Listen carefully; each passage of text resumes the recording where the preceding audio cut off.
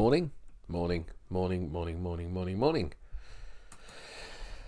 So this ticks a few boxes for me. I've not made a video for ages. Previously on this, I've made videos about other people's stuff and gone through it how I would add humour.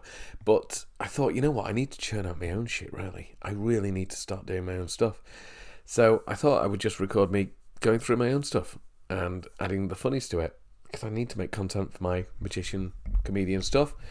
So I might as well kill a few birds with one stone, and this recording it helps me do that, helps me teach it, helps me put stuff on YouTube. Still got the goal of becoming a YouTube millionaire, like all the others.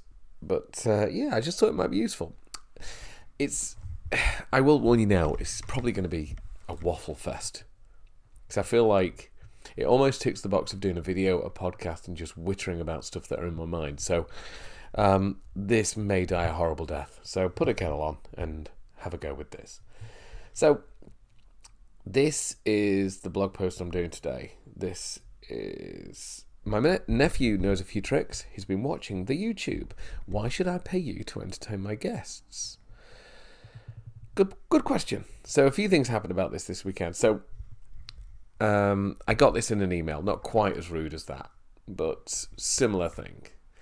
And I get it. When you're a magician and all you've got is a real pack of cards, you wonder why you charge so much. If it's a band and they've got a rig that looks like Live Aid, then you go, wow, I can see my value for money here. I can see why they cost £13 and a bag of chips. But when it's a magician and they just rock up with a bag and a pack of cards and go to work, there's nothing visual, nothing that kind of tangible to see. You know, forget the fact that we've learnt skills, breaking the ice and jokes and gags, and we've spent time creating and honing our skills. Forget that. You can't see any of that. There's nothing visible to show for your money. So that was a question I had. The second thing made me realise was I did a gig yesterday. It was a golden wedding anniversary, and they're fabulous to perform at, because people are just happy that A, they live that long, and B, they found somebody they can live that long with. That's amazing. In a world of 7 billion people, to find somebody you can live with for 50 years and not kill them is a feat in itself. So you've got two people that are joyously happy, and you've got all these guests. In my case, there were about 120. 120 people sat in the same room going, I can't believe they've lasted this long. It's amazing.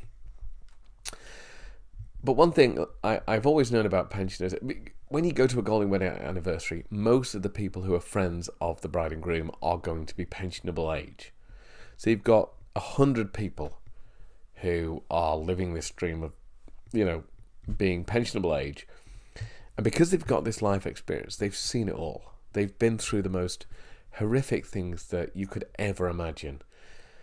They just don't give a fuck. They really do not give a damn what goes on. And as a magician, this can be really challenging.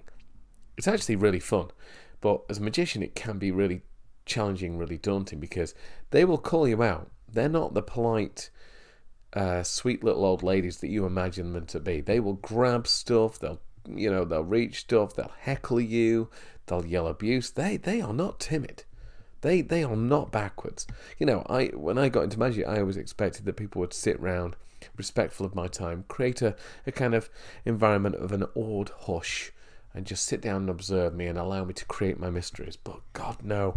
Pensioners, they'll grab you, they'll do all manner of things. So they really just don't give a fuck. But it's amazingly good fun. So the point of the article is the fact that it's all right having your little nephew know a few tricks, but unless he has the life experience to deal with pensioners, with aggressive teens, with drunken adults, you can't trust him to go around and give a great time to all of your guests. Now, granted, you're not going to do that as a professional entertainer anyway. There's going to be some people that just don't want to see what you have to offer. But the skill of a professional is being able to wander into any environment and go, for the most part, I've got this. And that's what you're paying for. So this is what this blog post is about, really. It's about pensioners who don't give a fuck and nephews that learn on YouTube. So I thought I'd go through it and just waffle a bit and talk about the stuff I'm going to add in to be funny, because what I've done in the past when doing blogs is try and get it under 1,300 words, because that's the limit for LinkedIn. So I just post the 1,300 words on Instagram, LinkedIn, Facebook, and then put it on my blog. But the trouble is, when you're adding humour, you are adding humour. The best way to add humour is when you get you create a blog post, you get it home, you edit it, you make it as concise as you want it to be, you get the point across, and then you kind of do a humour audit on it. You go through it and say, how can I add a little bit of humour to this? And because you're adding it. So you're adding more characters, you're adding more words. It makes it really difficult to get in the LinkedIn bracket of 1,300 words. So now I've been thinking about this, thinking, well, you know what? It's more important that I get the message across in the style that I want to get it across, regardless of the characters. So I'm adopting this pensioner attitude of, I don't give a fuck. So I'm just going to add words. If it makes it, it won't do probably. But if it did, it does. If it doesn't, that's fine. So my nephew knows a few tricks. He's been watching the YouTube. Why should I pay you to entertain my guests? So the first gag's there. It's not hilariously funny, but it is the YouTube, which is something I use in my real act when I'm performing for those real people. If I'm performing at a table and there's a couple of 10-year-olds, I will look them earnestly in the eye as I do a very fancy shuffle and say, I saw this once on the YouTube. And they'll roll their eyes. I'll say, you won't be aware of it. It's a new website. I'm very current when it comes to tech. And then I may joke about MySpace or something. But so the YouTube is a good gag to throw in there. Why should I pay you to entertain my guests? So that's the thing that happened. I got this kind of email over the weekend. Why should I pay you to entertain my guest? And the second thing that really reinforced this was this golden wedding anniversary party that I performed at. So coincidentally, two things came together to make me think about this. So with the blog post, first, the email, I get it. If you think the measure of a magician is just the tricks they perform, it can be hard to see the value in paying millions of pounds for a professional entertainer. Only kidding. I actually only charged 35,800. So the first time I wrote this, I thought you'd see the value in paying hundreds of pounds for a professional entertainer, but hundreds of pounds isn't funny. But maybe suggesting paying millions of pounds, or even the opposite end, paying £2.50 for a professional entertainer. So now we're in the bit. So I could exaggerate this either way. I could say in paying millions of pounds for a professional entertainer, or I could say, or paying £2.57 for a professional entertainer. And we get into this humour limbo where we go, which is funnier? Which is funnier? And if you're writing stand-up comedy, then you'd put one, try it out in front of an audience, measure the reaction, and test it. But as a blog post, it's just kind of one and done. You just want it to be one and done. So I think something specific might be good. So I'm going to go with £2.58. £2.57 sounds funnier. So it can be hard to see the value in paying £2.57 for a professional entertainer. Only kidding. I actually charge £35,835.99. That could be something similar to that. And again, you could argue the toss about which one would be better first. I think I like that one first. I feel like that's a better interrupt. So let's leave that there. Let's not get in comedy limbo with that. So, if you think the measure of a magician is just the tricks they perform, it can be hard to see the value in paying blah blah blah, rather than have young Tarquin and his extensive internet training do it for first dibs on the buffet. So there's a few things in there in a very short sentence. Effectively just a line. Rather than have young Tarquin. I've put Tarquin because that conjures up something far more specific than saying your nephew. See, Tarquin, I imagine, has got somebody with really polished brown shoes, cream, like Farrah slacks, like a woolen dark blue vest or tank top, a light blue shirt, and a very crisp haircut. The kind that with a parting down the side that you could measure with a ruler, that kind of thing. So if I say young Tarquin, it really conjures up a specific image. We've got his extensive internet training that I think I could do more with. extensive internet training, browsing. Maybe browsing. I'm typing one hand because I haven't got a fancy lever for my mic. So rather than have young Tarquin as extensive internet browsing, do it for first dibs on the buffet. The first dibs on the buffet line sounds like just a random joke, but you'll be amazed how often as an entertainer you get that. You'll quote somebody your full fee of £2.57 and they'll come back to you and say, oh, it's a bit more than we hoped. Could you do it for £1.57 and it go on the buffet? So they'll nearly half your fee for they see their buffet as equal in value to half your fee. And honestly, when you get into hundreds of pounds, they still do the same. And it's ridiculous. You think, God, what kind of buffet have you got? What kind of buffet would it have to be for you to take £100 off your price? You'd have to have like Fabergé eggs, Gucci handbags, box of Krispy Kreme donuts, that kind of thing. So yeah, for first dibs on the buffet. So there's a few ideas in there. Young Tarquin and his dubious internet, dubious internet browsing. Do it for first dibs on the buffet. When you book a magician to entertain your guests, you're putting your trust in someone to interact with your nearest and dearest, even your Uncle Dave. I think everybody has an Uncle Dave, don't they? This is really just a case in point that not everybody at your event is going to be friendly. Uncle Dave is the kind of guy that heckles, has the jokes. He's the kind of guy that everybody always apologises for. They go, oh, I'm sorry about Uncle Dave. Now, in reality, I don't mind Uncle Dave's. Uncle Dave's make the party because it's the kind of spontaneous humour that they'll remember. You know, if you do your tricks and it's the same script for everybody and you do the same thing back and forth, that's fine. It's good. But, you know, if they say, oh, do you remember when Uncle Dave asked him to get in the pool? And he did.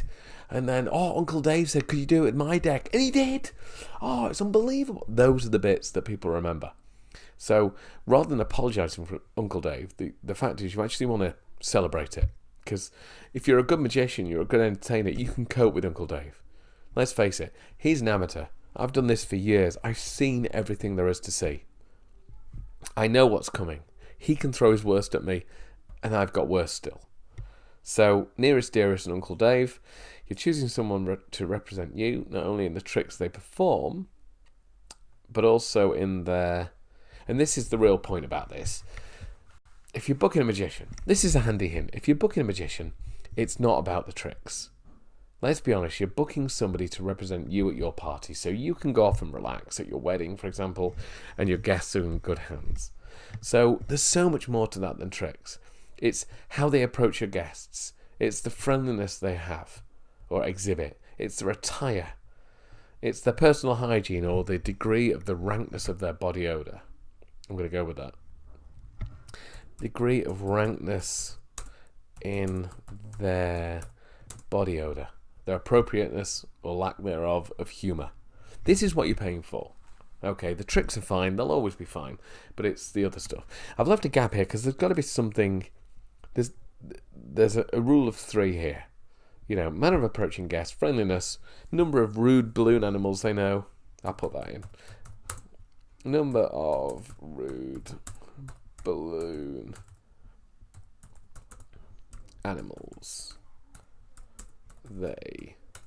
Gosh, that typing is appalling. I've got to get a stand, haven't I?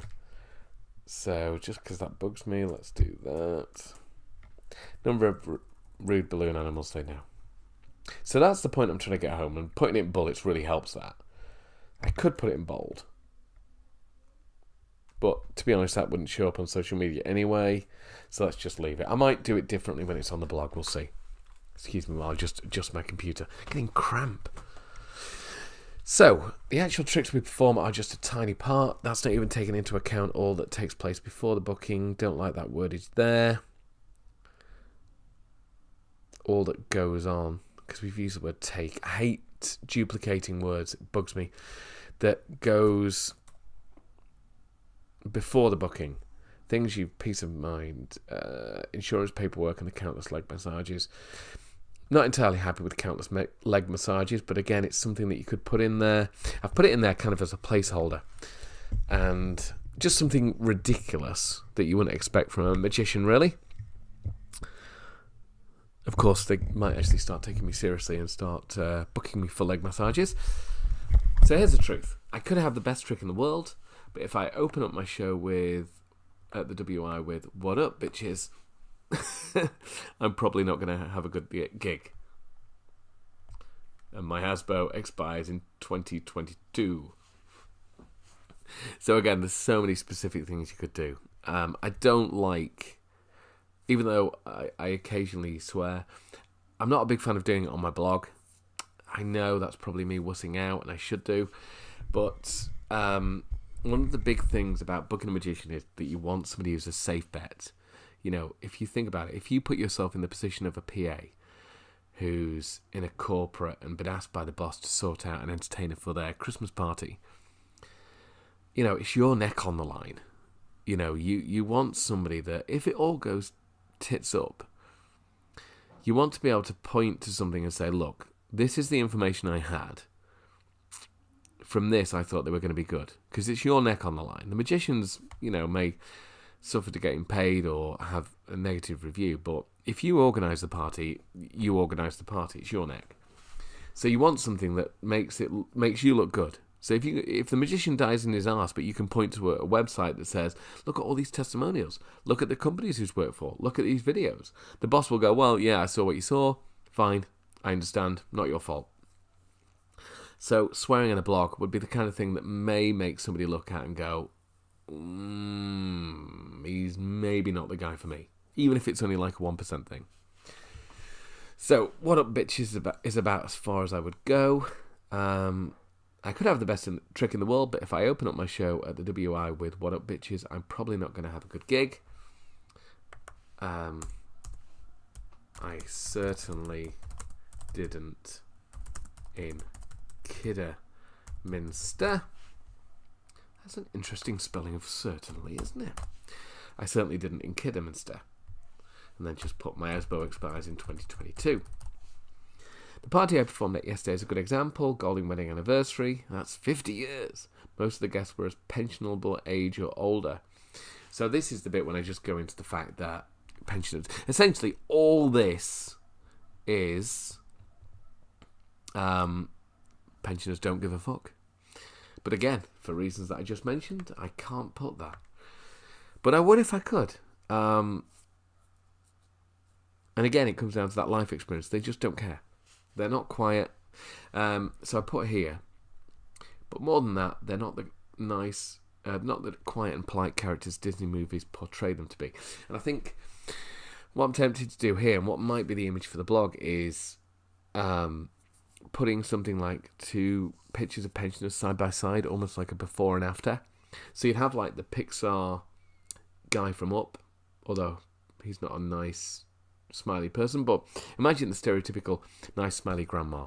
That would be on the left, the before, but the truth is on the right, a real miserable grandparent face, looking angry, foaming at the mouth, with a tattoo on his forehead that said, "I hate magicians."